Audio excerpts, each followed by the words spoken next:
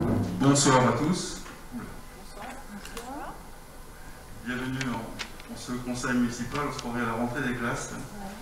Je vous rassure, je ne suis pas professeur des écoles. Bien qu'on est dans la salle. Tant mieux. Donc je vous souhaite bonsoir à tous, au public, au Républicain Lorrain, représenté par M. Didot, le canal local, qui nous fait le plaisir de filmer en tout cas nos débats.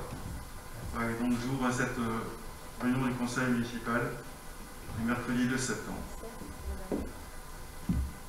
Donc sont excusés Éric Thiel, qui a donné procuration à moi-même.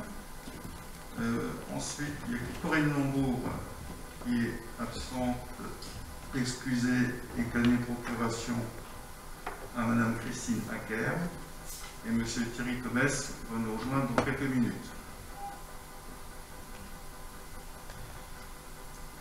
Voilà. Le secrétaire de séance va désigner le plus jeune parmi nous, Ludovic, il est là. Est-ce que tu es d'accord pour assurer le secrétariat? Merci.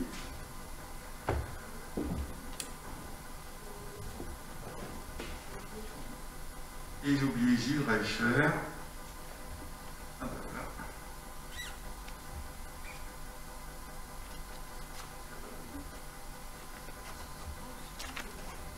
J'ai pas de nouvelles, je pense qu'il va être passé sur la route, on verra s'il est présent ou pas. Voilà, pour le premier point à l'ordre du jour, et c'est pour ça qu'on a bousculé un peu le planning habituel, on va parler du rapport d'activité de la SODEVAM, de la ZAC des Danubiens, et j'ai demandé à M. Munier de la SODEVAM de nous présenter ce rapport. M. Munier, si vous voulez présenter rapidement la SODEVAM, je vous passe le micro. Bonsoir à toutes et à tous.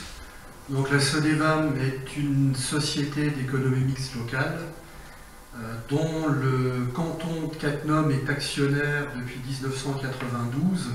Donc il y a une longue histoire entre la SODEVAM et Cattenom. Et on œuvre aux côtés des collectivités sur différents projets, que ce soit de la construction ou de l'aménagement. Et pour le compte de la commune de Cattenom, sur la ZAC des Danubiens depuis de nombreuses années. Donc je vais essayer de reprendre un peu l'histoire de ce projet-là, parce que le compte-rendu que vous aurez à valider est un compte-rendu que je qualifierais de transition entre l'engagement de négociation foncière et une première tranche opérationnelle. Mais cette ZAC, elle n'a pas eu l'avis d'un long fleuve tranquille. Vous voyez sur ce slide en gris clair le périmètre d'origine qui était issu des faisabilités à la fin des années 2000. Est arrivé à ça en 2009 un arrêté du préfet et des recommandations de la sûreté nucléaire qui limitait les extensions urbaines de Cattenom à 300 équivalents habitants. Donc on est passé d'une ZAC qui faisait plus de 10 hectares à une ZAC qui aujourd'hui fait à peu près 7 hectares. Donc le dossier de création qui avait été validé en 2008, si je ne m'abuse, a dû être repris pour se mettre en conformité avec les demandes des services de l'État. Et donc le projet imaginé à l'époque, le voici. On avait le périmètre des 2 km qui permettait en haut à gauche de développer les logements de la gendarmerie, de créer un giratoire sur la route départementale 1, un groupe scolaire et de l'habitat. Est arrivée en 2013 une demande du département de la Moselle qui sollicite la commune pour une emprise de 2 hectares en vue de reconstruire le collège. Donc après quelques réflexions, la commune se dit que ce ne serait pas aberrant de faire une extension de la ZAC des Danubiens pour aller y loger ce collège, sachant que dans la demande du département, avec une réunion préalable avec la sûreté nucléaire, il nous était demandé de se mettre hors de la zone des 2 km. Et si vous vous souvenez de ma slide précédente, la zone des 2 km, c'est le trait qui est en rose, en haut à gauche du projet. Donc ce périmètre permettait d'être au-delà. À cela, on rajoute une étude complémentaire qui était étudier un contournement de Cattenom suite à la validation du nouveau pont sur la Moselle. Donc on a fait différentes études qui nous conduisaient finalement à déplacer le giratoire entre le terrain dédié au collège et la ZAC des Danubiens telle qu'elle avait été imaginée. On avance dans les études. Je vous ai mis ici quelques slides d'une présentation qui avait été faite en 2014-2015 par le département de la Moselle, qui stipulait bien qu'on avait 2 hectares qui étaient réservés à un collège qui devait accueillir 400 élèves. Avec une demande auprès de la sûreté nucléaire de modifier le porté à connaissance avec pour principal argument le fait qu'il y a un nouveau pont, éventuellement un contournement, et que tout ça permettait de fluidifier la circulation.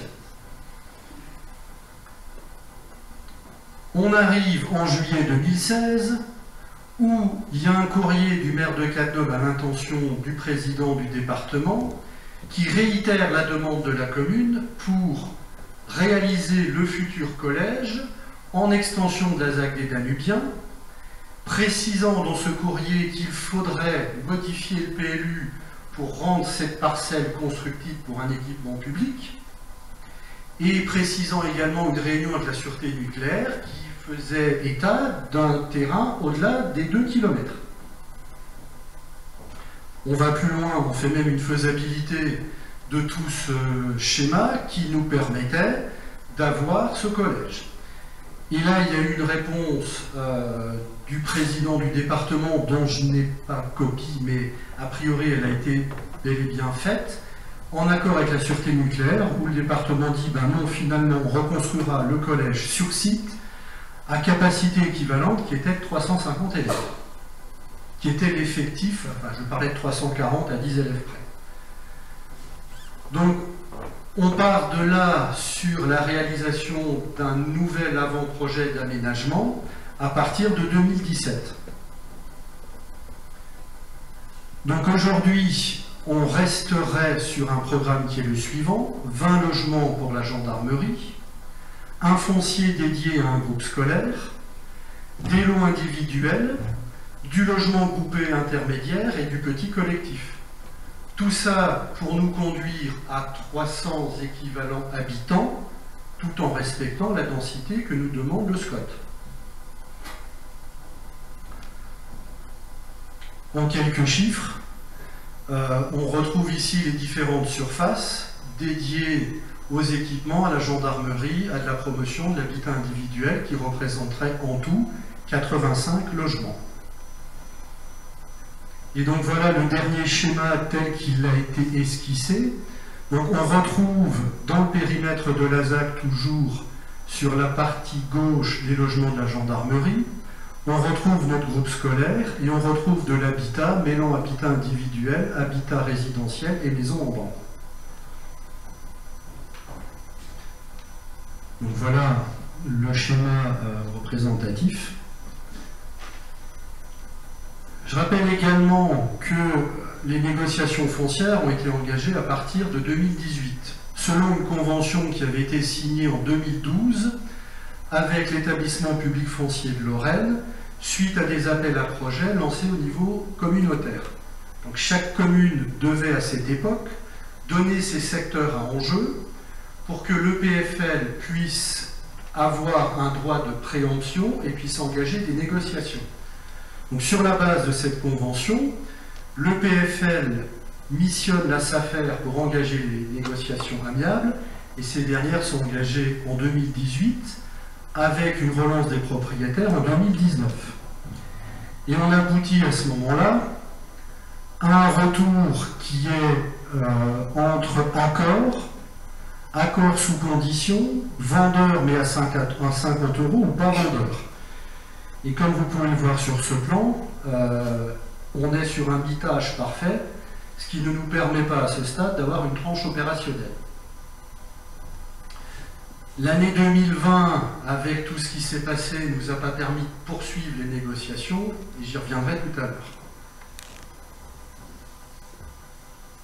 Donc, Le bilan tel qu'il ressort de ce compte-rendu annuel, alors normalement vous avez eu le document. Quand je vous parle d'un crack de transition, c'est-à-dire que les hypothèses de l'année dernière ont été reconduites cette année, en les décalant dans le temps suite aux derniers événements, avec un bilan qui reste inchangé en termes d'équilibre. Donc on est sur 7,4 millions de recettes et un équivalent en dépenses qui permet d'équilibrer notre projet.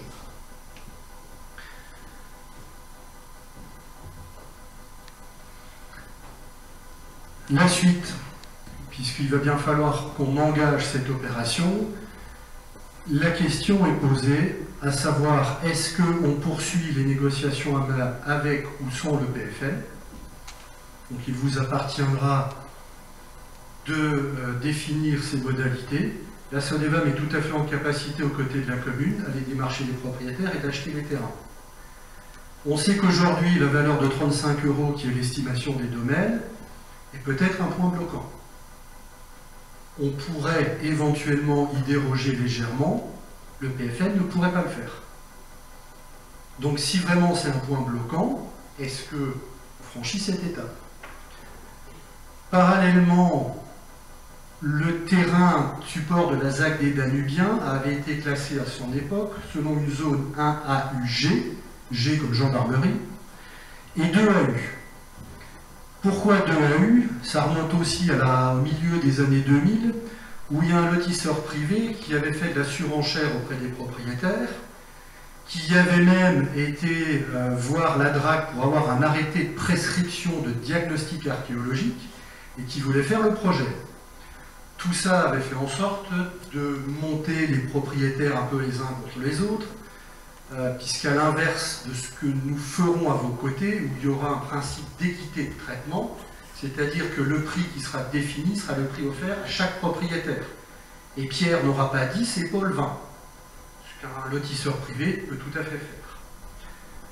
On avait classé les terrains en zone 2AU, en se disant que on solliciterait l'utilité publique du projet, puisqu'il y avait et un groupe scolaire et des logements de la gendarmerie, et profitant de cette mise en compatibilité des droits des sols, on solliciterait l'utilité publique du projet.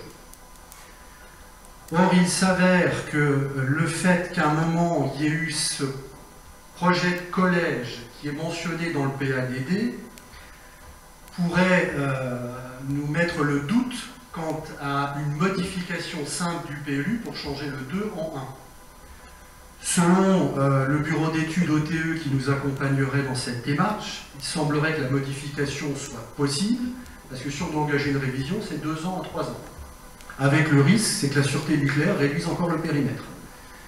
Donc néanmoins, on va aller voir les services de l'État pour leur faire valider cette démarche en défendant ce qui est écrit par OTE, à savoir que si on maintient le groupe scolaire conformément au PADD et si on maintient les liaisons avec les axes existants, on devrait pouvoir défendre une modification. Et donc solliciter parallèlement l'utilité publique. Donc ça, c'est la démarche qui doit être entreprise dans les prochaines semaines. Les négociations avec les propriétaires et la sollicitation de l'utilité publique du projet, en même temps que la mise en compatibilité du PLU. Et là-dessus, il n'y aurait même plus à délibérer, puisqu'en 2017, il y a déjà eu une délibération qui donne pouvoir au maire pour engager la modification du PLU et solliciter l'utilité publique du projet. Donc l'objectif serait d'engager ce projet en 2021, sous réserve qu'on ait un accord amiable d'une majorité des propriétaires et que cette proposition d'une simple modification du PLU soit validée par les services de l'État.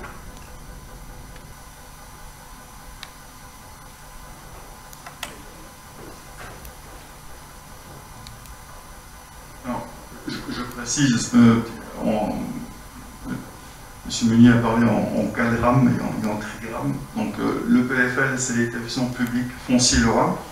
Voilà, et la SAFER, c'est l'organisme en fait qui s'occupe de tout ce qui est terrains communaux. Et le PFL a donné donc procuration à la SAFER du fait qu'il y a beaucoup de terrains pour les agriculteurs et qui sont un peu spécialistes de ce genre de transactions. Voilà. Donc moi je rejoins tout à fait les propos de M. Meunier pour dire que je dirais, l'articulation qui a été faite de l'EPFL avec la SAFER aujourd'hui aboutit à un échec et qu'on n'arrivera pas avancé sur ce dossier-là si on ne confie pas à la Solevam la suite de l'opération. Alors ça c'est mon point de vue tout à fait personnel, et si on doit avancer sur ce dossier-là.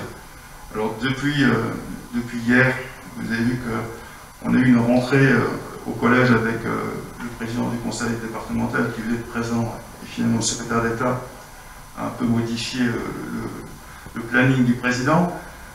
Néanmoins, il était présent hier soir dans cette salle où il faisait une présentation au maire. J'ai rediscuté en tout cas avec le président du département sur le collège. Il me confirmait donc bien que le souhait du département est de reconstruire in situ le collège. Et je lui ai rappelé effectivement que le permis de construire initial du collège était de 400 élèves. Voilà. Et pas de 350 comme l'autorité de sûreté nucléaire l'a écrit. Donc on est bien sur une base de 400 élèves et on peut reconstruire à l'identique, à minima, dans le rayon des 2 km de la centrale. Donc là, pour la précision sur la partie collège, sur la suite de l'opération, naturellement, il faudra qu'on en discute et qu'on en débatte au conseil municipal.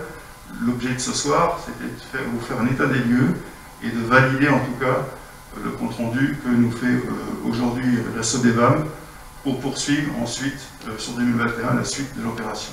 Je souhaitais que vous ayez à la fois un historique de l'amont, de la situation actuelle et ensuite de ce qu'on a à faire ensemble. Une dernière précision par rapport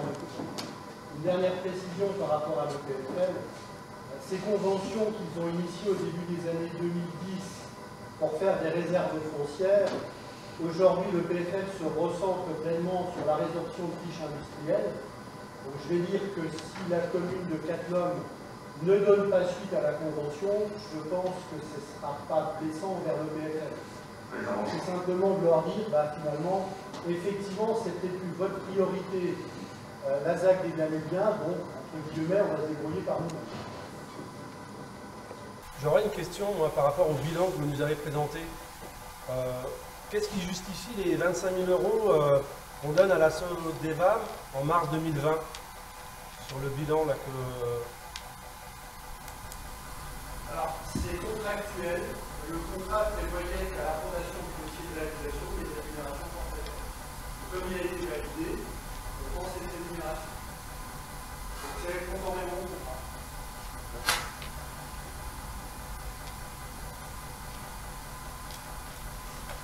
Dans tous les cas où les rémunérations qu'on perçoit dans le droit français aujourd'hui, ces concessions d'aménagement sont au risque du concessionnaire.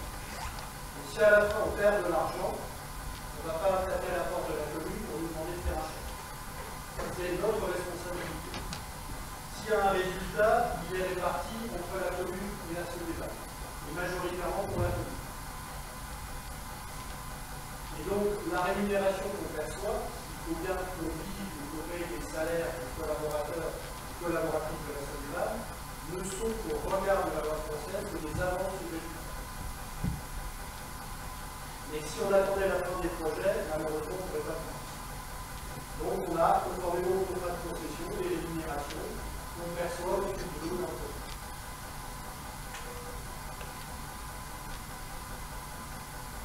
Oui, on vient de vérifier, on n'a pas versé 25 000 cette année. C'est pas la commune, c'est les comptes du projet. Oui, c'est ça.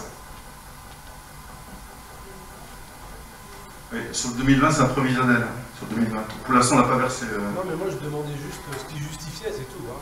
À savoir que, ce compte rendu a été rédigé fin janvier, début février 2020. On devait les envoyer aux communes en mars.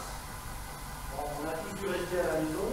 Ensuite, il y a eu le deuxième tour qui a été décalé dans le temps. Ce qui fait qu'on vient vous voir en septembre avec des choses qu'on a faites en janvier, février.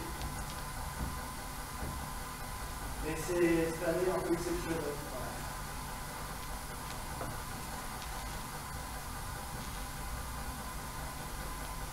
Moi j'avais deux autres questions par rapport à ce que vous nous avez dit. Vous avez dit que vous étiez prêt à engager les négociations déjà avec les propriétaires des terrains. Est-ce que ça veut dire que c'est déjà acté le fait que vous allez reprendre le dossier derrière le PFL ou C'est ce qui est évoqué. D'accord. Et vous avez dit aussi tout à l'heure que c'était avec une discussion amiable de la majorité des propriétaires. Est-ce que ça veut dire que s'il y a la majorité, les autres seront expropriés pour récupérer les terres? Comment ça se passe? C'est une possibilité, si on sollicite l'utilité publique, c'est qu'on aura fait des blocages sur un de nos propriétaires. D'accord. Donc, on peut aller jusqu'au bout en sollicitant l'expropriation si certains sont complètement réfractaires. C'est une possibilité. Je précise bien, le sujet a été évoqué, ça n'a pas été acté. C'est une possibilité qu'on a aujourd'hui, on ne l'a pas acté ni au conseil municipal, voilà. Donc simplement c'est la possibilité qu'on a. D'autres questions? Oui, le projet en lui-même, on va dire le dessin de ce nouveau lotissement, est-ce qu'il est révisable? Est-ce comment il a été bâti, sur quelle base, enfin, les espaces verts dans le lotissement et ces choses-là, comment est-ce que ça a été défini? Avec l'urbaniste du projet de l'époque, qui aujourd'hui n'existe plus malheureusement, qui était territoire durable au Conseil. Donc ça a été fait pour Petit 1 travailler en gestion alternative des eaux pluviales, c'est-à-dire qu'on n'a plus de tuyaux pour gérer l'eau de pluie, on gère via des nous, et il y a une infiltration à la parcelle pour les projets de construction. Ça a été fait en respectant les gabarits chaussés demandés par le PLU et la densité du sol. Est-ce que c'est des choses que vous allez revoir? Parce qu'effectivement, c'était juste mon point. Étant conseiller communautaire, on sait que l'évacuation et la STEP pourraient potentiellement accueillir cette zone. Bon, c'est encore que du potentiel, il n'y a rien qui est fait, mais potentiellement... Je vais expliquer ce que tu dis. En gros, aujourd'hui, la saison d'épuration de 26 est saturée. Il faudrait augmenter sa capacité, donc modifier l'installation pour la zone d'Anibien. Donc c'est pour ça qu'on avait prévu cette zone-là. La réflexion au niveau de la communauté de communes est de faire un lagunage sur Perques-sur-Moselle. Perques-sur-Moselle est connecté à la station d'épuration de Zensich. Et l'idée, ce serait à ce moment-là de récupérer 300 équivalents habitants de Bergue et le remettre sur la zone d'Anibien pour pouvoir connecter, en tout cas chaque pavillon, sur la centre d'épuration de Zensich. C'est ça l'idée, c'est ça qui est en gestation aussi à la communauté de communes. Donc la question, ça veut dire que peut-être le projet doit être revu et voilà.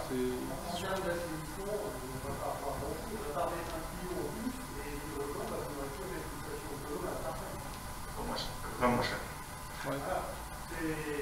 En termes de conception urbaine, le fait d'avoir l'assainissement collectif ou autonome, ça sera grand. Et il était déjà prévu l'école dans ce projet-là, puisqu'effectivement il y avait l'histoire du collège. Les premières études, alors ça date de 2008, avant justement qu'il y ait l'arrêté du préfet de 300 équivalents, il y a toujours eu un groupe scolaire dans le projet. Oui, qui faisait déjà partie de l'autre lotissement. Et voilà, bon, ça vaudrait peut-être le coup de revoir le projet en commission pour... Rien figé jusqu'à présent. Ouais, voilà, non, mais c'est juste qu'effectivement, la taille des... Voilà. La seule chose, c'est si on veut faire une simple modification du PLU, il faut maintenir le groupe scolaire. Si demain vous décidez de ne plus le faire, le conseil vous donnera, c'est compte tenu de votre PADD, c'est de réviser votre PLU. Mais dans un second temps, on modifie, on engage le projet, et ensuite, si vous dites finalement, cette parcelle qui est bien un équipement public scolaire est plus utile pour la commune, à ce moment-là, lors d'une révision du PLU, ça ne changera rien du tout au projet. Au contraire, demain, si vous dites que ce terrain-là est dédié à un autre équipement ou alors à de l'habitat, ça ne fera qu'améliorer l'équilibre du projet, puisque forcément, comme c'est un équipement public, le terrain n'est pas valorisé dans le compte de la taxe. On l'achète, on vient l'île, et on donne à la commune. Et les règles du SCOTA ont peut-être évolué depuis, effectivement, il y a 10 ans qu'on a fait cette chose-là, peut-être qu'effectivement... Non, le SCOTA n'a pas changé. Le Scotal, même le nouveau qui a été mis, on est largement en deçà sur Cattenom du fait que nous sommes limités à 300 habitants. Oui, mais 300 habitants, enfin, je veux dire, on peut faire des parcelles de 5 hectares ou 10 hectares et ça augmente pas plus forcément le nombre d'habitants, c'est ça que je veux dire. Non, mais on a un nombre d'habitants à l'hectare. D'accord. Il y a un nombre de logements à l'hectare. Il y a ça d'un côté et les façons équivalents habitants de l'autre. Donc le projet tel que vous avez présenté permet d'avoir la densité du stock et permet d'avoir les façons équivalents habitants. Vous voulez des plus grandes parcelles individuelles, ça veut dire qu'il faut faire un peu plus de collectifs pour avoir le nombre de logements. D'accord, ok. Voilà, donc c'est un jeu de base communicant. En fait, le projet, je pense que le projet il a bien été conçu pour qu'il y ait un équilibre financier. Je crois que c'est important de savoir ça. C'est-à-dire le nombre de parcelles, la dimension de chaque parcelle, etc., l'urbanisme qui est organisé dans cette zone-là, et pour un équilibre financier de 7,4 millions d'euros. C'est-à-dire qu'il ne faut pas que ça nous coûte plus cher que ce que ça peut rapporter. Voilà, donc c'est une opération d'extension d'urbanisme pour augmenter la population de Cattenom et offrir aux personnes qui font l'acquisition de ces terrains-là d'avoir une acquisition avec des prix qui sont plus que corrects. C'est-à-dire qu'il y a aussi, on avait l'ambition de ce projet-là d'offrir des prix de parcelles qui soient pas ce qu'on appelle des prix coûtants. Au prix coûtant, des mesurements, voilà, pour accueillir des gens à Cattenom. Le projet il ne tient que par le fait qu'on rajoute 300 habitants à Cattenom. Si on commence à dire on n'en met plus que 150, il n'a plus aucun intérêt, quoi. C'est-à-dire que c'est pour augmenter la population de Cattenom. C'est pour donner de la vie à Cattenom, pour que les commerces puissent encore mieux fonctionner, etc. Donc c'est un projet politique, et ce projet politique il est basé sur un nombre de parcelles qui doit être un nombre suffisamment élevé pour pouvoir correspondre à ce projet politique. Ouais, ma question était un peu différente, Bernard. C'est-à-dire que je me souviens de cette chose-là puisque j'ai participé à l'élaboration du PLU et c'est plus ou moins la première chose qu'on a fait lorsqu'on a commencé à parler de PLU, c'est-à-dire parler du projet. Je me souviens très bien de M. Frolich qui avait commencé à faire ses esquisses. Bon, voilà, ça fait combien de temps? Probablement 10 ans. On doit y être. Voilà, ça vaudrait peut-être le coup que cette nouvelle équipe en prenne possession et peut-être ait son mot à dire, voilà, en disant les choses évoluent. Et alors voilà, c'est juste une réflexion comme ça. Ce projet-là, il a été élaboré en 2018-2019. Celui-ci? Oui. D'accord. Bah, en fait, il a été fait avec les dernières contraintes qui nous ont été données. C'est-à-dire le fait qu'il n'y ait plus de collège, le fait qu'on fasse plus de voies de contournement, et la donnée qui est 300 équivalents habitants et la densité du spot. Donc ça a abouti à ce projet. Donc après, bien entendu, on peut travailler sur la typologie, on peut travailler sur l'organisation, dans le respect d'un équilibre budgétaire qui va valoir beaucoup. Non, bon, voilà, c'est effectivement la question de se dire, voilà, les choses évoluent, on veut faire de l'environnement, il faut peut-être un peu plus d'espace vert. Alors je dis pas qu'il faut en mettre un plus, ou je connais pas, mais voilà, les choses évoluent et on peut se dire, tiens, voilà, il y a peut-être d'autres choses qu'on peut ajouter ou enlever au cahier des charges pour faire des parcelles à construction libre, des parcelles avec des constructions un peu imposées en termes de positionnement des habitations.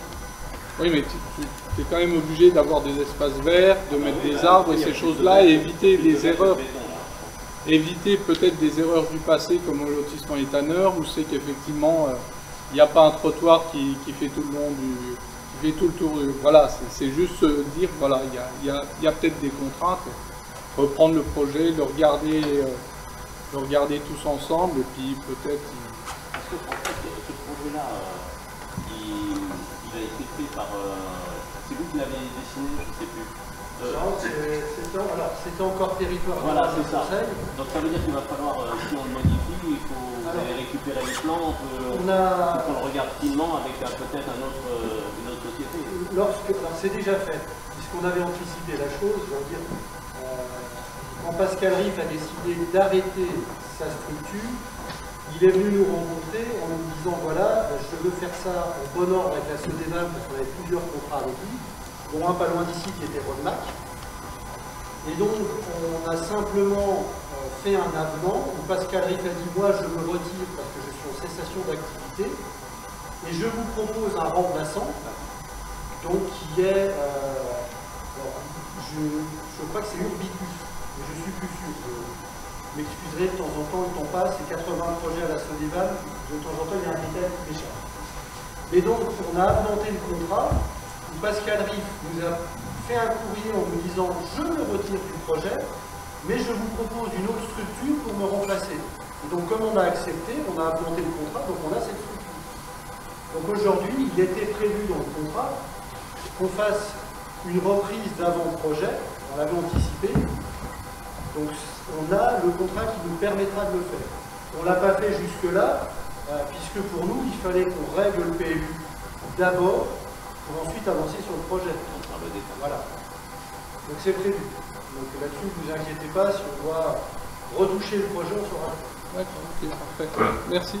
Moi, je vous propose effectivement qu'on en discute. Ce que je voudrais aussi, c'était associer aussi les intéressés, c'est-à-dire les propriétaires, parce que les propriétaires, quand vous allez les voir, pour leur dire on veut acheter, en fait, il faut qu'on leur montre quelque chose. Il faut qu'on leur montre la destination.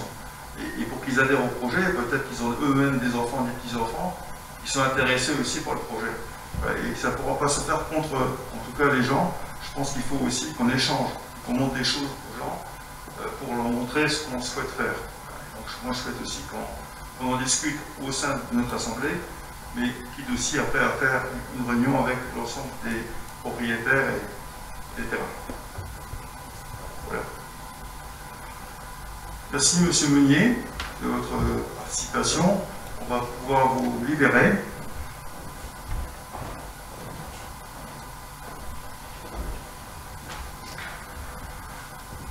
Donc je vais passer au vote vis-à-vis de ce rapport activité.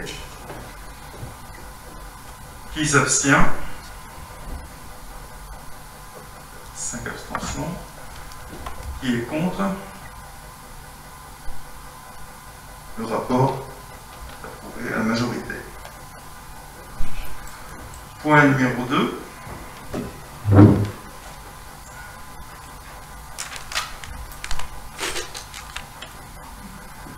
Approbation du procès-verbal du 8 juillet. Y a-t-il des remarques à faire? Pas de remarques. Qui est contre? Qui s'abstient? Je vous remercie. Arrivé M. Gilles Reicher.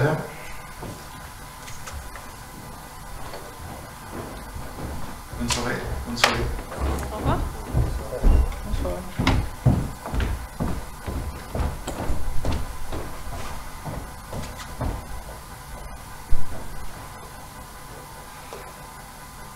Je vais essayer de les signer.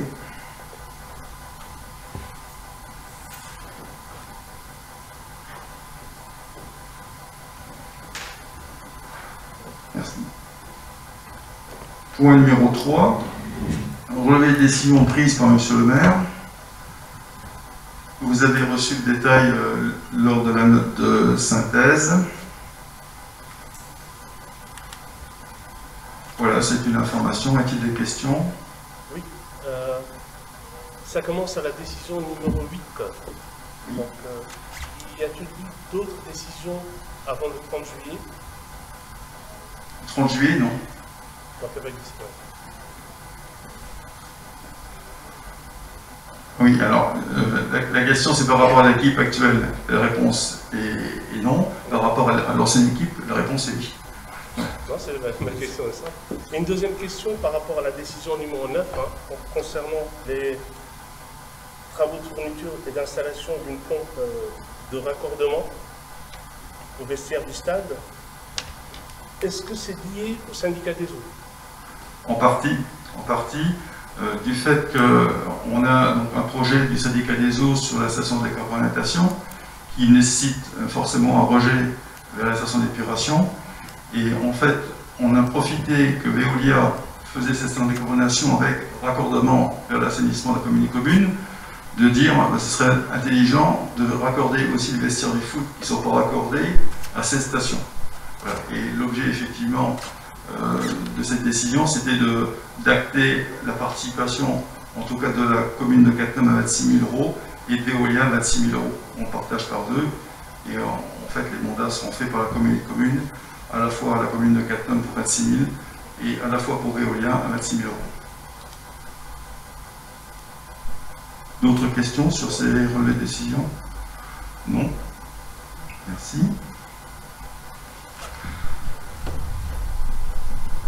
Le point numéro 4, convention de maîtrise d'ouvrage déléguée entre la commune de Cattenom et le conseil départemental de Moselle, travaux du pont, Königsmacker, approbation.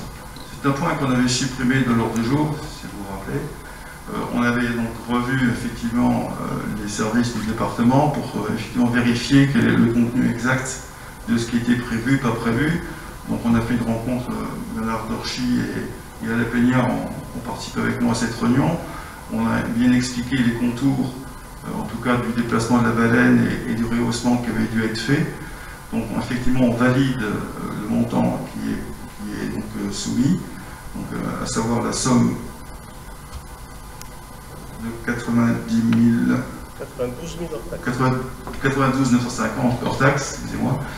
Voilà, donc cette somme c'est le prix maximum que nous a dit le conseil départemental, donc ça peut être légèrement en dessous. En tout cas, nous, on s'engage sur ce montant maxi. Voilà, et donc, on a été voir sur place comment c'était fini. Et il restait quelques points de détail qui n'étaient pas pris en compte. Et Monsieur Sécurité de notre conseil, Bernard Dorchy, qui ne veut absolument pas que quelqu'un puisse se blesser ou tomber. Voilà, donc on a dû compléter une partie pour sécuriser l'ensemble. On a confié l'opération à STPM. Pour 8 000 € pour finaliser l'ensemble et rendre l'ensemble sécurité, pour être complet sur le sujet. Voilà. Simplement, là ce soir, il s'agit uniquement de valider en tout cas cette convention pour le montant de 92 950 € hors taxe. Y a-t-il des questions? Oui. Finalement, quelle est la finalité de ce projet-là? Donc, c'était pour prendre une des baleines restantes et la déplacer sur Oui, alors l'idée c'était de s'engager effectivement sur ce démontage de baleines. Donc, côté commune de Cattenom, on a levé la main pour effectivement garder ce côté historique. On ne voulait pas que les baleines soient détruites. Donc, on a souhaité en tout cas faire en sorte que ce projet soit valorisé à travers cet redéplacement de baleines à l'endroit où ça permet finalement un passage beaucoup plus sécurité de ce qui existait sur la petite passerelle de Quisel. Et d'autre part, on a aussi eu à cœur que l'ensemble des baleines soit valorisé. C'est pour ça qu'il y a une autre baleine qui est partie au fort du Hackenberg avec train et que les autres sont partis en Normandie. D'ailleurs, le policier municipal nous a envoyé des photos des anciennes baleines de Cattenom. Ben, pour l'instant, elles ne sont pas valorisées comme nous on l'a déjà fait sur Cattenom. En tout cas, ils ont prévu dans les budgets 2021 aussi une valorisation de leur passerelle qu'ils appellent naturellement pont de Cattenom.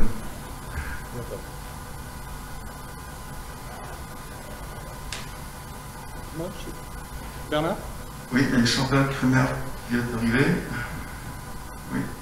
Alors, je voulais juste te dire que c'est réellement une belle réalisation. En fin de compte, c'est réellement mieux que la petite passerelle. Par contre, est-ce qu'il est prévu de démonter cette petite passerelle? Parce qu'elle fait de l'ombre, je dirais, à la grosse, et je trouve que c'est dommage qu'on la laisse. Ouais, en fait, il ne faut pas la démonter dans l'immédiat parce qu'il y a un réseau de télécommunications, c'est pas tendu.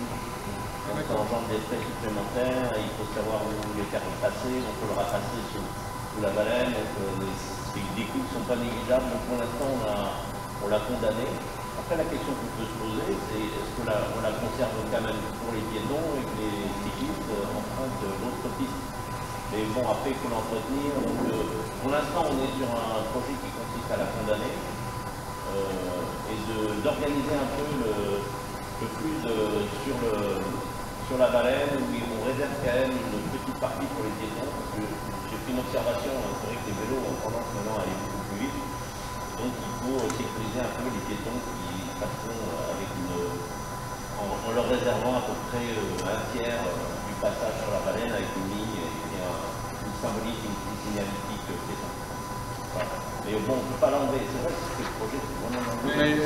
Est-ce qu'on aurait la charge d'enlever ce réseau qui nous appartient peut-être même pas?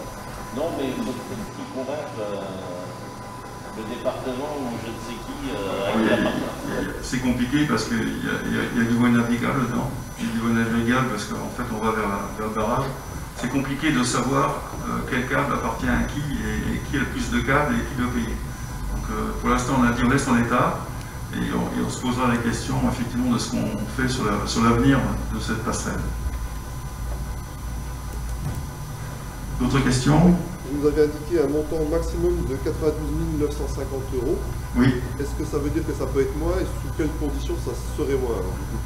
Ben, ensuite, c'est les négociations que le département a eues avec les entreprises. Et ensuite, c'est les factures réelles que vont envoyer les entreprises et qui vont faire que le décompte, en tout cas, il ne peut être que moindre. Du fait que dans la convention, c'est maxi. Donc on espère une diminution.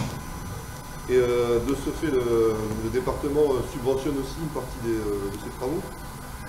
Non, en fait c'était la volonté de la commune, nous, de récupérer ça, donc c'était effectivement à nous à payer.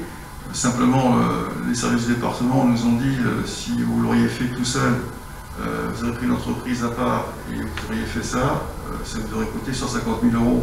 L'avantage d'être passé par le département, c'est qu'on a profité en tout cas des prix du marché qu'eux avaient négocié pour le pont, et donc on a, entre guillemets, gagné de l'argent le fait de le confier aux entreprises qui ont fait le pont.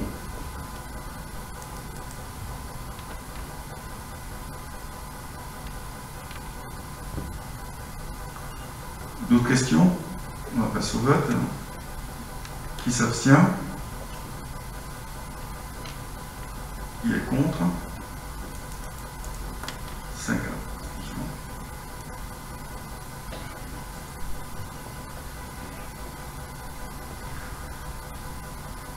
Point 5.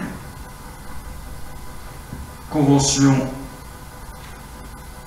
avec la communauté de communes de Cattenom sur la maîtrise d'ouvrage délégué sur les travaux VIC, avenant numéro 1.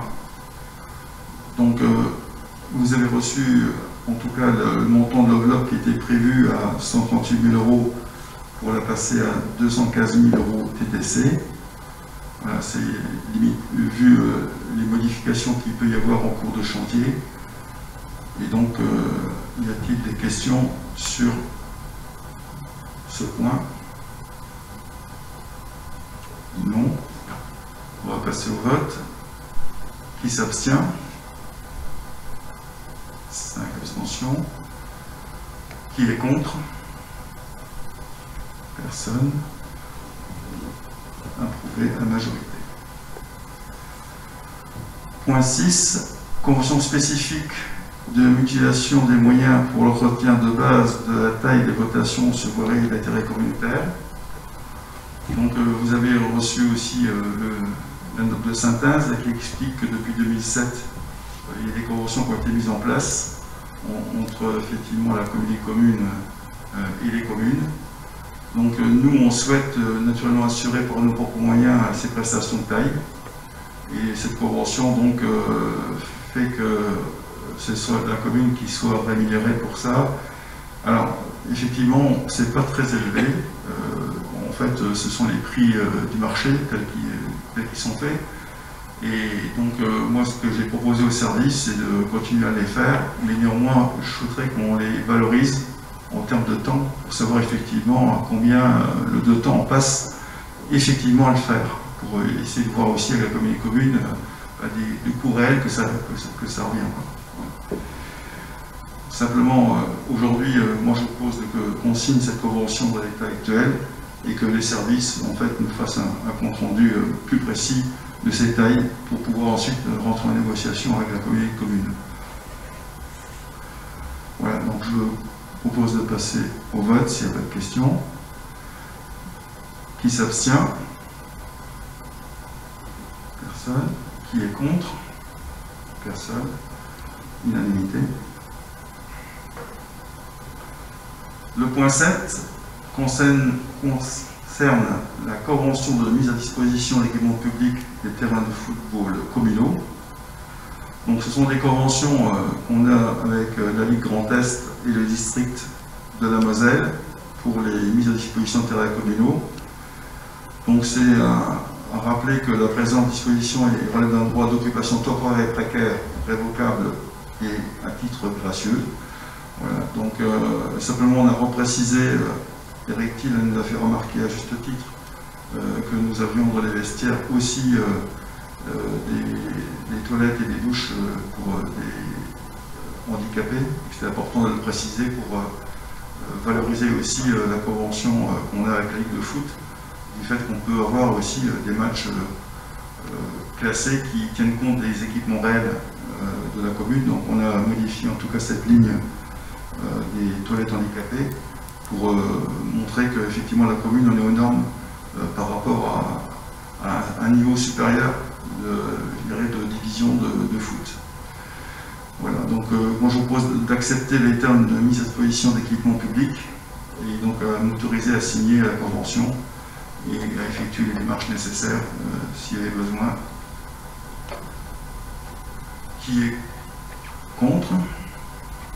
Qui s'abstient? Unanimité, merci. Le point 8, convention défi 2020 relatif au fonds départemental d'aide aux jeunes en difficulté. Donc là c'est le conseil départemental qui sollicite la commune pour une participation au financement de fonds publics donc aux jeunes en grande difficulté sociale, 18-25 ans, il existe 2020. Donc le montant est fixé à 0,15 € par habitant. Au vu du recensement que nous avons, je parle sous couvert de... Alors, le nombre d'habitants, Jacqueline? Ce sont les chiffres. Ce sont les chiffres de l'INSEE communiqués au 1er janvier 2020, c'est ça? Oui. 2689. 2689, donc c'est ça. Donc on multiplie par 0,15, donc on donne la contribution qui est à 403,35 €. Voilà. Y a-t-il des questions? Et si on voulait donner plus, comment ça se passerait? C'est le département qui détermine. D'accord. Il détermine le plafond. Oui. Il faudrait demander au département de monter à 0,18. Mais bon. Le département de la Moselle, pour essayer de faire simple, ils ont un budget d'1 milliard d'euros.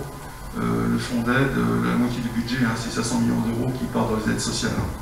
Crèches, EHPAD, etc. Donc c'est la moitié du budget qui part dans les aides sociales au département.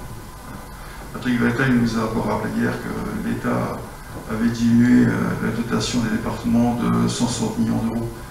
Voilà, donc aujourd'hui, le département est plus un département social, du fait qu'il donne beaucoup aujourd'hui, en tout cas sur la partie sociale, et on voit bien qu'aujourd'hui on diminue beaucoup les investissements envers les communes. Voilà, d'où la réunion d'hier soir pour expliquer le nouveau projet Moselle Ambition que veut mettre en place ce département. Voilà, on va passer au vote sur cette convention défi. Qui est contre? Qui s'abstient? Projet voté à l'unanimité. Le point 9. Délégation de service public pour la construction des réseaux de chaleur et une chaudière biomasse, avenant numéro 2. Donc pour ceux qui font partie de la commission DSP qui s'est réunie, on a donc passé une concession avec la société IDEX le 5 avril 2019. Ensuite, on a eu forcément le Covid qui est arrivé, qui nous a retardé dans le projet de démarrage de cette chaudière.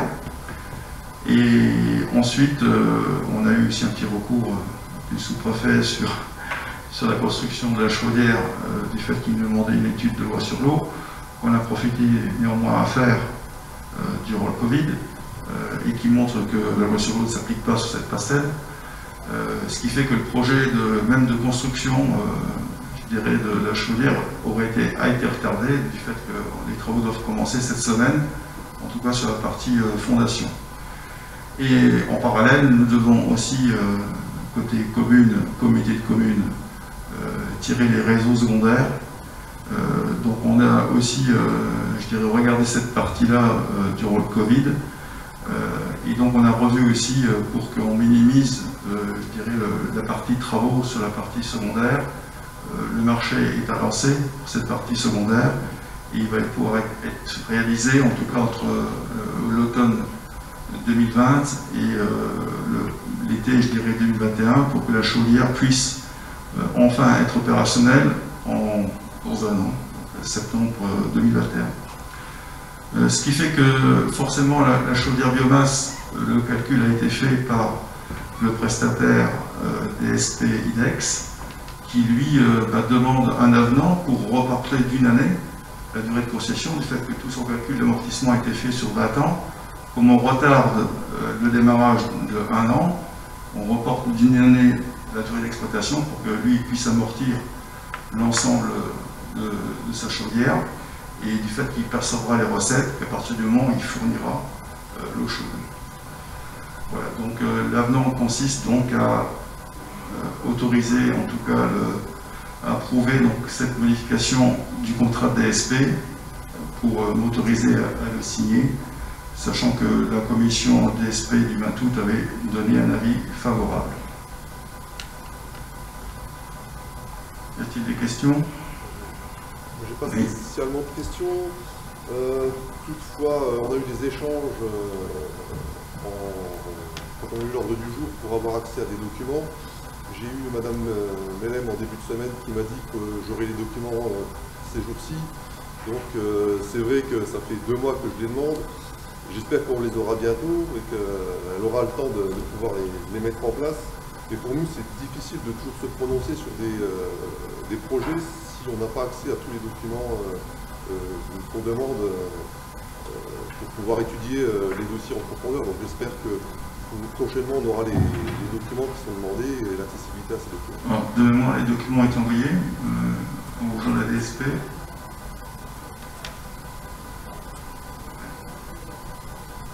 Oui, alors le contrat de concession et ensuite toutes les annexes ont été envoyées aux membres de la commission DSP. Il n'y avait pas que ces documents-là, il y avait toutes les études qui ont été faites avant et tout comme ça. Donc, alors les études, je veux bien vous les donner, mais ça ne servira à rien du fait que le contrat il est approuvé. Moi je peux vous donner l'ensemble des cas de sociétés qui ont répondu. On a passé 10 mois. Hein. Si vous voulez tout étudier et remettre en cause, ça ne changera rien, parce que de toute façon le contrat est passé. C'est pas une question de remettre en cause, monsieur le maire, c'est une question juste de savoir le sujet qu'on aborde. Moi j'aime bien connaître par exemple le sujet qu'on aborde et savoir ce qu'on vote, pourquoi on le vote, comment on le vote. C'est un projet quand même d'1 million d'euros. On voit dans les points suivants qu'on va encore diminuer le budget qui est prévu pour la chaufferie. Donc sans savoir les tenants et les aboutissants, on a du mal à saisir les choses. Donc c'est juste pour mieux comprendre et mieux cerner l'ensemble du projet. D'accord. Vous aurez les documents, vous aurez le loisir de les étudier. Voilà, on va passer au vote. Ah, j'ai oui. Une petite demande que j'ai faite, je pense, au premier conseil, concernant justement la chaufferie biomasse. Donc on veut bien décaler d'1 an, mais il n'est pas possible d'accrocher au wagon les gens qui sont sur le tracé de la chaleur, qui puissent se raccorder gratuitement. Comme c'était fait au départ. Donc alors, on décale d'1 an, peut aussi décaler d'1 an ce qu'il faut bien voir, c'est que le contrat prévoyait le raccordement dans les 6 mois. Donc on a sollicité les gens nous ont répondu sur ceux qui étaient sur le tracé. Et il y a 6 particuliers qui vont se connecter dessus. Voilà. Et donc à partir du moment où les 6 mois étaient passés, maintenant c'est payant. Et il faut aussi regarder, gérer l'économie du projet. La puissance est souscrite du fait qu'aujourd'hui IDEX, il est à ses risques et périls. Donc il va forcément regarder combien ça va coûter et combien il va évaluer, et c'est lui qui aura la main aussi pour dire bah non, je peux pas, je dépasse la puissance totale ou pas. Enfin, ce qui est écrit dans le projet, c'est que plus il y a de gens servis par la biomasse, plus ça fait baisser le coût. Non. Moi, politiquement, vous avez la possibilité de le faire. On croise des gens dans la rue qui sont vraiment un peu fâchés parce que on s'est arrêté au mois de juillet. Faites un effort, je ne sais pas, on vous conseille de... On ne peut pas raccorder. Moi, j'ai eu dans ma rue une voisine qui effectivement, une pompe à chaleur qui n'est pas contente, elle veut se raccorder sur le réseau. Je lui ai expliqué que le réseau passait par rue Pasteur. Donc, c'est pas possible de raccorder. On a prévu de raccorder l'école champêtre. Ça nous coûtait trop cher au vu du nombre de kilomètres de tuyauterie à tirer par rapport. Donc on a abandonné le fait d'alimenter aussi la résidence champêtre. Donc le projet a été estimé. Les premières études qui ont été faites, on a même été passer la rue Kennedy et alimenter le JS. Donc l'étude là montrait que ça nous coûtait plus cher et on n'arrivait pas à amortir à la fois sur les puissances souscrites et à la fois, voilà, donc toute cette étude a été faite. Ouais. Voilà. Et donc aujourd'hui on est dans un contrat DSP qui est contraint, du fait qu'on a signé, et donc maintenant il faut qu'on respecte le contrat DSP.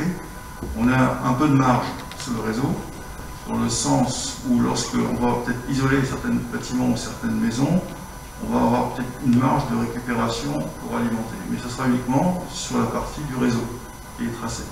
Parce que dès qu'on commence à taper les tranchées, ça coûte tout de suite et c'est pas forcément rentable au vu des puissances qui sont souscrites derrière. Mais c'est vrai qu'on a essayé de faire en sorte que le maximum de gens possible soient raccordés. La grosse difficulté a été de définir l'enveloppe globale. Le projet il s'est fait, je dirais, principalement parce que la communauté de communes s'est raccordée. Je vais être honnête avec vous. Parce que le département a dit oui. Déjà, si ces deux entités-là n'avaient pas dit oui, le projet était déjà juste. Donc on voit bien qu'on a optimisé par rapport aux gens qui nous ont dit oui. Et donc on a déjà aujourd'hui, les polices sont signées. IDEX possède les polices signées par les gens. Donc, il y a vraiment un engagement clair et net sur effectivement les gens qui vont se raccorder. Et donc on est effectivement dans cet respect contrat DSP avec éventuellement des gens qui pourraient se raccorder uniquement s'ils sont sur le réseau. Le tracé du réseau actuel. Donc tous ceux qui sont sur le tracé pourraient se raccorder. On peut, mais maintenant c'est plus gratuit maintenant, c'est payant. Je ne comprends pas tout. Bah, mais j'ai expliqué simplement, peut-être différemment. Ouais. À un moment donné, il y a eu ce contrat-là. Ouais. Il y a eu une lettre qui a été faite à tous les habitants sur le tracé pour leur proposer ça. Ces personnes-là, il y en a qui se sont proposées et d'autres ne le sont pas. J'ai l'impression que tu es en train de dire qu'il y a des personnes qui sont sur le tracé et qui veulent maintenant se connecter. Mais ces personnes-là, elles ont eu cette demande, elles ont refusé cette demande. Ils n'ont pas peut-être refusé, mais voilà. Si on te demande de te connecter et qu'à un moment donné tu dis non ou tu réponds pas, c'est que tu veux pas. Et donc à la fin il y a un contrat et ce contrat-là il est celui-ci. Enfin, j'ai l'impression que tu sous-entends qu'il y a des personnes qui veulent se connecter maintenant qui sont sur le tracé. Ces personnes-là, elles ont été contactées en temps et en heure. Comment? Ouais. Non? Je sais pas. Je pense qu'il y a des gens qui ont tenté de se connecter. Oui. En fait, le projet, ça pour le conseil, le projet a été conçu sur un certain périmètre de services. Le premier service de ce projet-là, c'est tous les bâtiments communaux. Et ensuite, sur ce périmètre, a été rajouté effectivement les particuliers qui sont sur le tracé. Donc c'est un premier périmètre de projet. Il faut savoir que c'est une DSP sur 25 ans. Ce projet est évolutif, c'est-à-dire qu'on peut remettre une autre chaudière biomasse à côté de la chaudière actuelle, etc. Donc c'est un projet évolutif sur 25 ans. Donc tous les conseils municipaux dans les 25 années prochaines auront le loisir de faire évoluer ce premier périmètre. Et là, on part sur un premier périmètre pour que le projet puisse démarrer.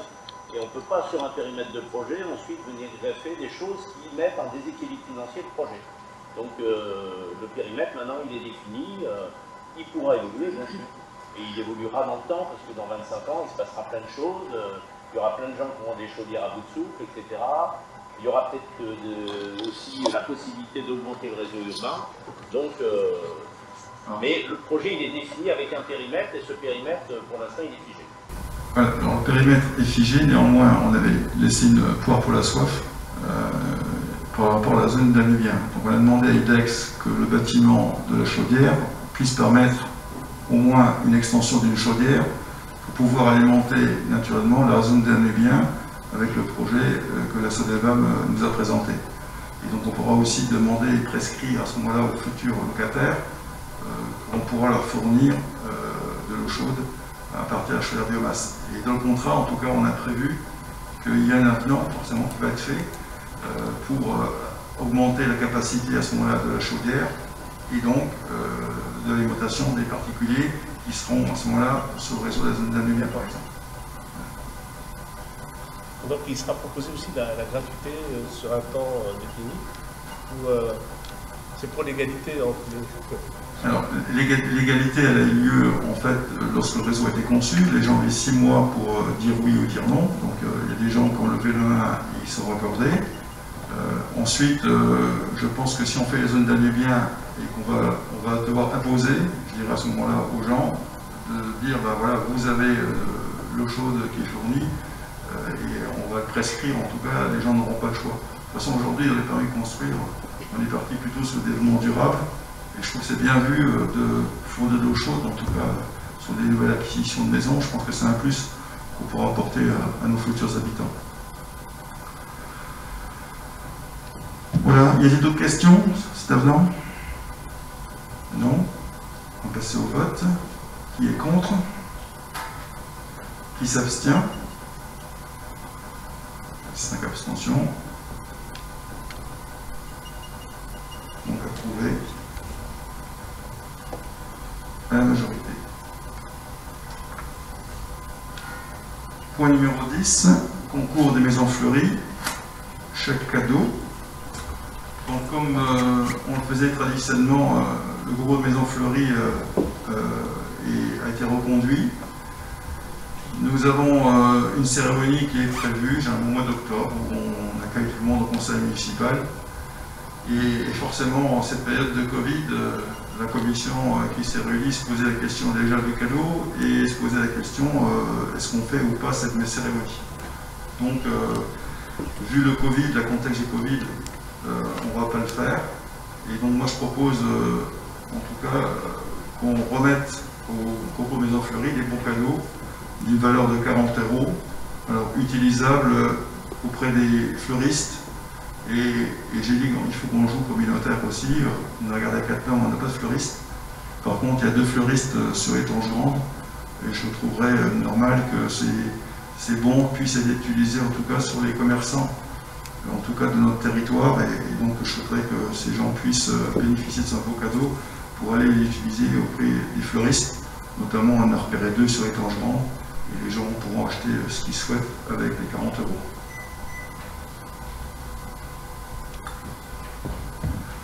Voilà, y a-t-il des questions?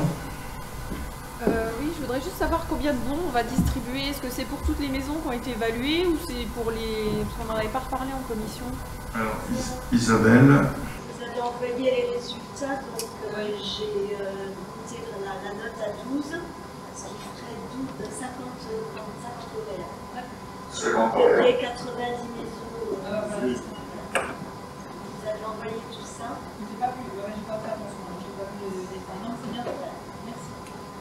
Voilà, donc merci à la commission en tout cas de s'être déplacée et d'avoir travaillé très tôt le matin pour éviter la chaleur bon, et finir ensuite sur les coups de midi.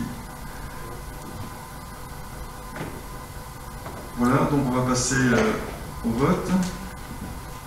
Qui est contre? Qui s'abstient? Majorité. Merci. Point numéro 11. repas de Noël des anciens, chèque cadeau. Voilà, donc on est parti en tout cas sur le même principe que pour les maisons fleuries. Donc on a l'habitude dans cette salle de faire le repas de Noël des anciens.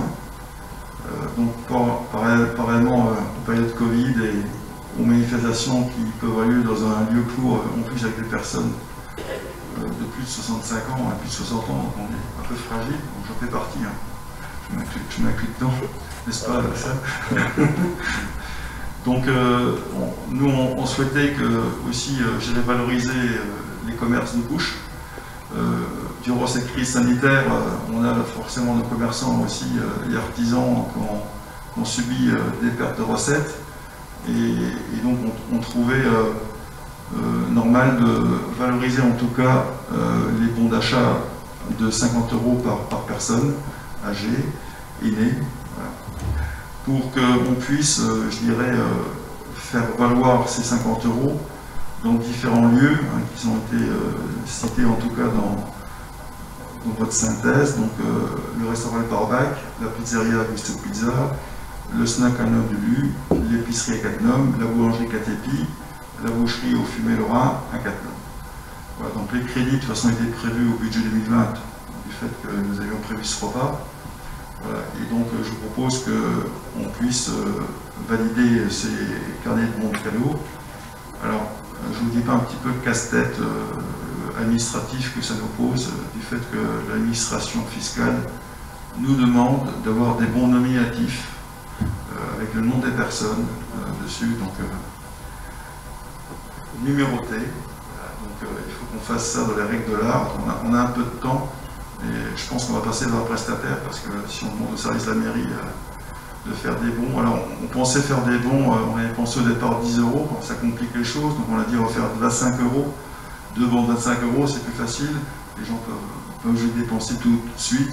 Donc on va regarder pour faire le plus simple et pour que effectivement les gens puissent utiliser facilement ces bons d'achat. Mais bon, la perception ne nous aide pas vraiment dans ces éditions de bons, voilà, du fait que ça doit être absolument nominatif. Voilà, on va peut-être passer au vote, s'il n'y a pas de questions. J'avais une question. Oui. Et pourquoi ne pas avoir plutôt opté pour des paniers garnis où ça aurait été peut-être moins personnel? L'objectif, c'est de faire vivre les commerces.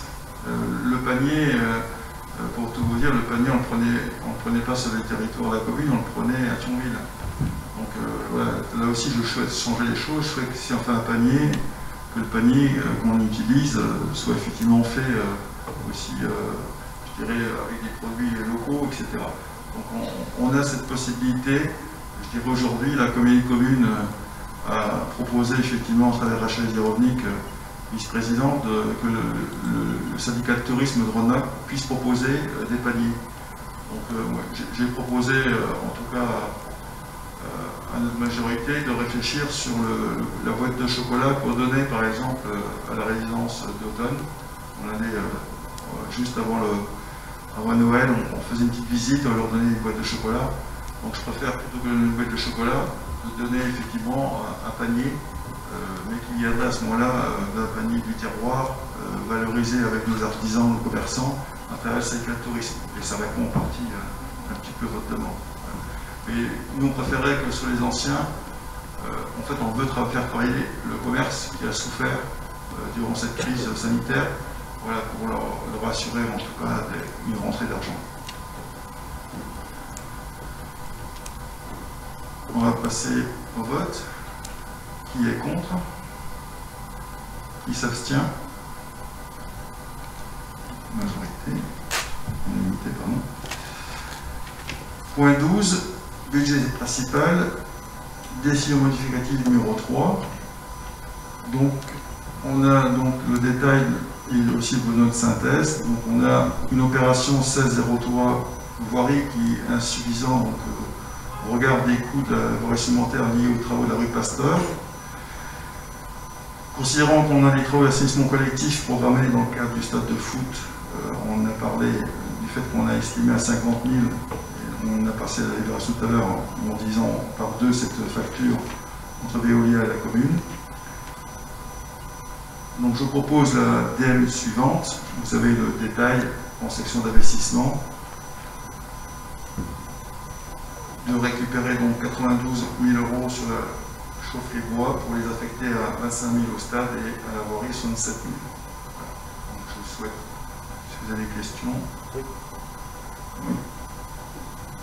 C'est quand même beaucoup hein, de faire une DM de cet ordre-là. Donc ça veut dire qu'il y avait du trop prévu pour la chaufferie parce que ça fait 3 conseils, donc à chaque conseil on a une DM. Donc ça veut dire que le budget n'est pas terminé. Alors, il faut bien distinguer un budget primitif et un budget de prévision. Alors, au Conseil communautaire, je crois que j'ai 9 points en commission des finances, et donc il y aura 9 décisions modificatives au Conseil communautaire à passer la semaine prochaine. Donc, on n'est pas... Au vu des différents conseils qu'on va avoir, nous avons toujours des décisions modificatives à faire, du fait que le budget primitif est toujours une prévision. Et ensuite, on adapte, je dirais, le budget primitif aux réalisations pratiques, aux opérations qui font que ça coûte plus cher d'un côté et de l'autre, et donc on équilibre à chaque fois le budget, en prenant effectivement l'argent où il y en a, on ne va pas utiliser cette année, pour effectivement rééquilibrer sur l'opération qui est en difficulté. Ces décisions modificatives, c'est quelque chose de courant, aussi bien à la commune de Cattenom qu'à la commune de Cattenom, comme dans tous les conseils municipaux. Rappelez-vous que les budgets primitifs sont des prévisions, et après on adapte, et la preuve c'est qu'après le conseil municipal sera à voter le compte administratif, et non le compte réel, les dépenses réelles de la commune. Vous verrez que des fois entre le budget primitif et le compte administratif, forcément il y a des écarts entre le prévu et le réalisé. Et ce qui est toujours approuvé, en tout cas, c'est que les budgets soient à l'équilibre lorsqu'on les présente à l'autorité et identiques lorsqu'on les présente en compte administratif, et le percepteur vérifie aussi et valide ses comptes. Voilà. Et si M. Fadi a une boule de cristal, on est prêt à l'acheter. Et faire une demande modificative du budget pour l'acheter. M. Fadi, il ne faut pas vous gêner. Si vous voulez acheter une boule de cristal, faites-le. Il n'y a pas de problème, parce que votre remarque, c'est une critique de notre fonctionnement. Non, c'est une question technique. Ici, il dit qu'il y a beaucoup de modifications. Donc vous ne savez pas comment ça fonctionne. Donc vous faites une objection sur notre fonctionnement. On la prend. Par contre, acheter une boule de cristal, on va la mettre en décision modificative et on va la mettre au bout. Ce n'est pas le propos, M. Si, c'est tout à fait. Gardez le calme, tout simplement. C'est une remarque qui est issue d'une méconnaissance de fonctionnement d'un système.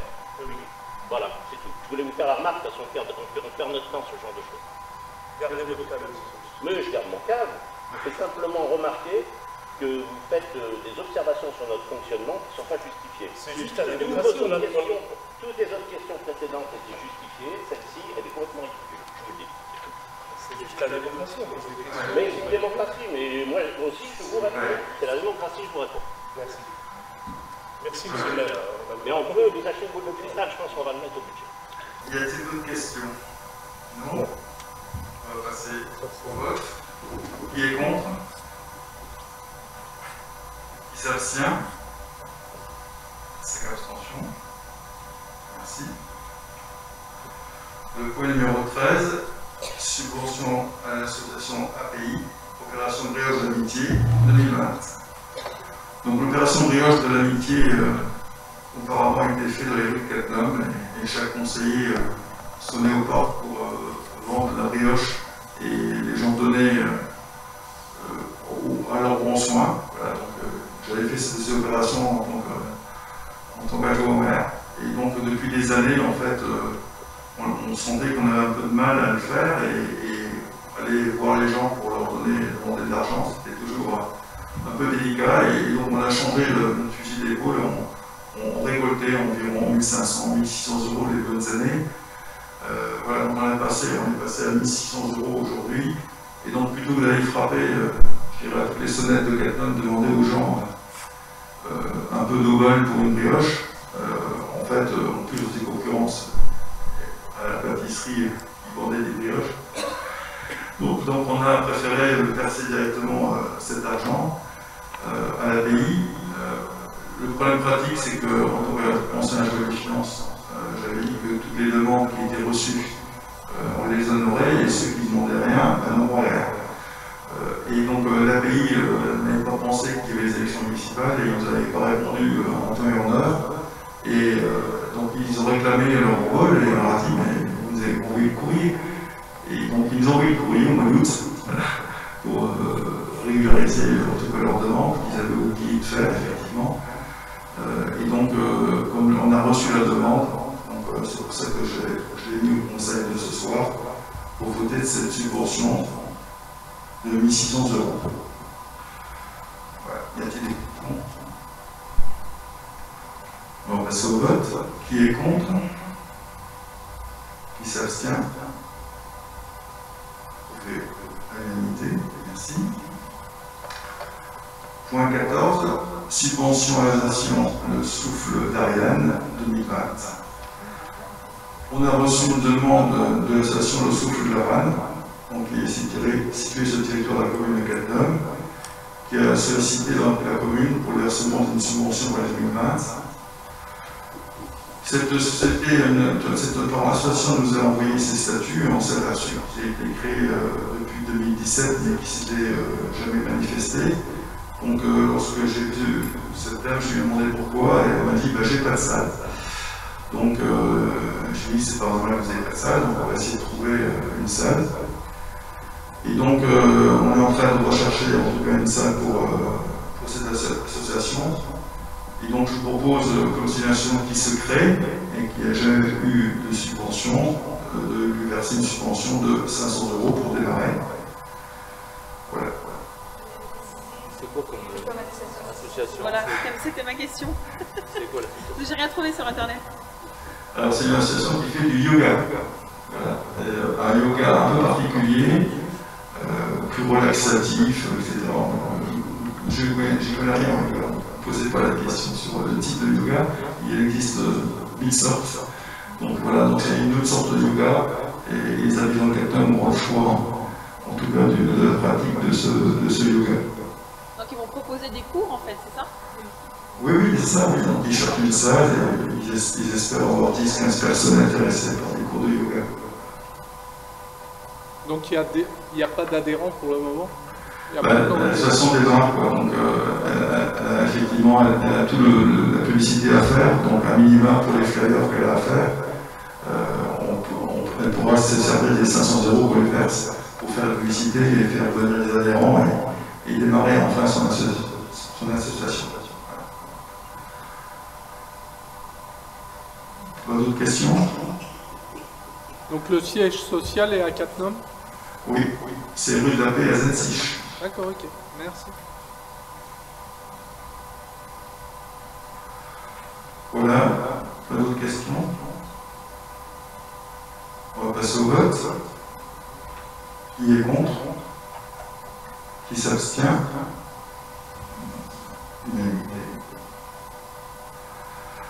Le point numéro 15, ressources humaines, création d'un poste d'adjoint administratif de première classe.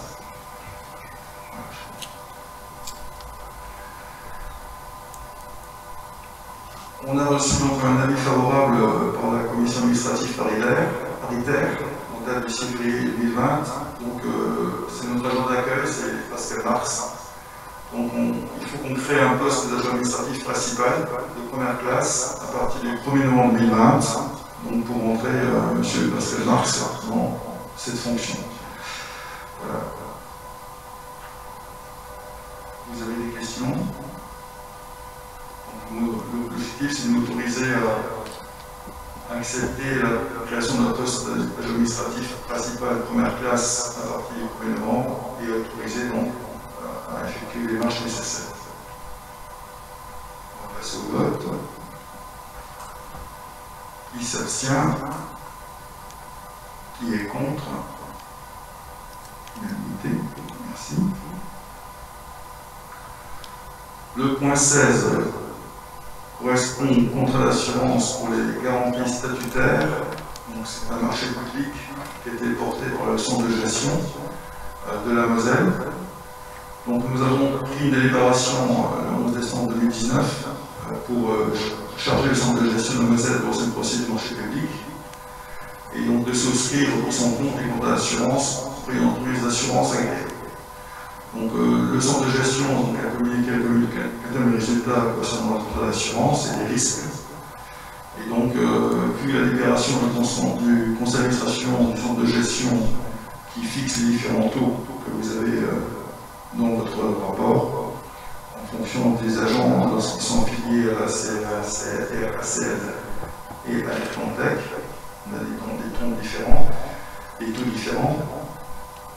Donc l'objectif est de m'autoriser à signer le contrat d'assurance, la convention d'adhésion du centre de gestion, et donc à résilier si besoin le contrat d'assurance statutaire en cours.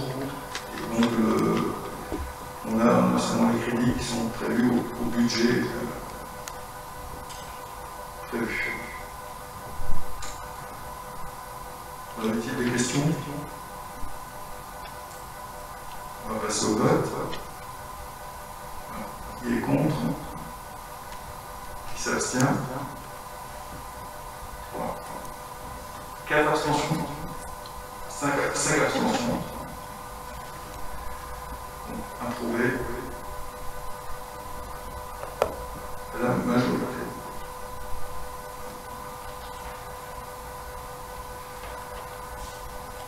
Voilà, l'ensemble des points à délibérer sont terminés. Je voulais simplement donner une information. D'habitude, les premiers dimanches du mois de septembre, on se retrouve près du Monument Nord avec le Souvenir français. On a été prévenu par mail que cette cérémonie n'aura pas lieu. Il y a certes le Covid qui faisait que cette manifestation pouvait avoir lieu ou pas, mais en fait c'est plus un problème de santé du président du Souvenir français, Yannick Riche, qui fait que cette manifestation est annulée. Il a même annulé la réservation de casino. Il souhaite un bon rétablissement et en tout cas du courage pour la maladie qu'il a. Je vais vous donner l'information, en tout cas, de l'annulation du Souvenir français le dimanche de septembre. Voilà, je vous remercie, je vous souhaite une bonne soirée à tous et à toutes. Et merci d'avoir participé à ce conseil.